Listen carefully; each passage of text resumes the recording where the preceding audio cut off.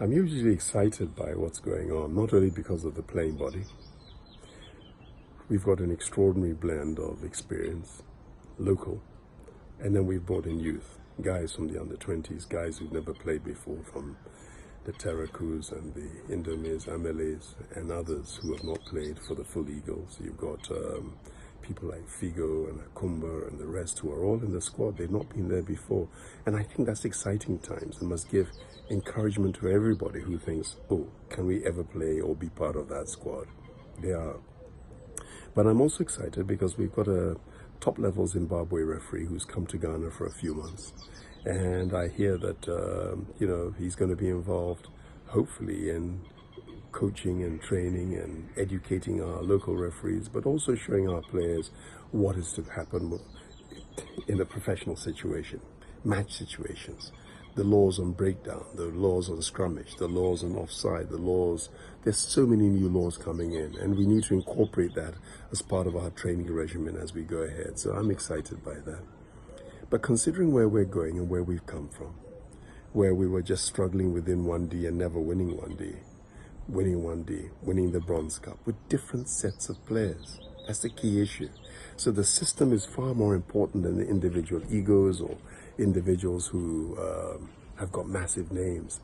Ghana Rugby can go ahead because we're now putting together a system of play that makes a lot of sense.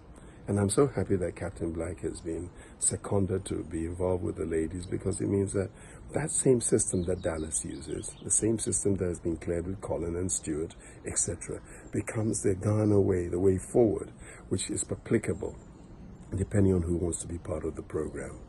Nigeria and Ivory Coast, tough, you know it already. And one would say, why are you entering into this match without your big guns, your experienced players, your Alexis and Franks and Seloms and Kofis, etc. But the fact of the matter is that, finances aside, we need to work internally as well with where we're going. We need to develop rugby using a lot more of the youth. I mean, already we've had a program which says 70, 80, 90% of the playing body has always been local. That's the way we've been trying to develop it.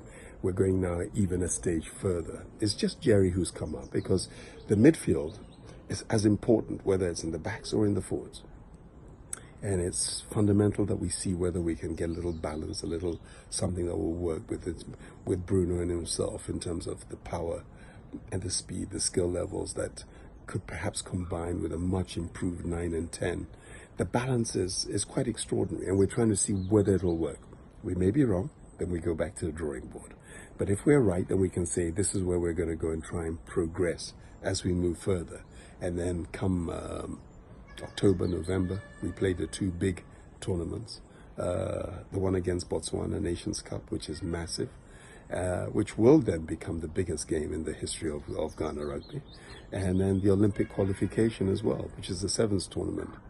I'm excited. The squad of players, the attitude, the temperament, where we're going is so positive that if I were you, come and watch. If I were you, get involved. If I were you, try and compete knowing that there is no bias. There's no reason why anybody cannot be part of this setup.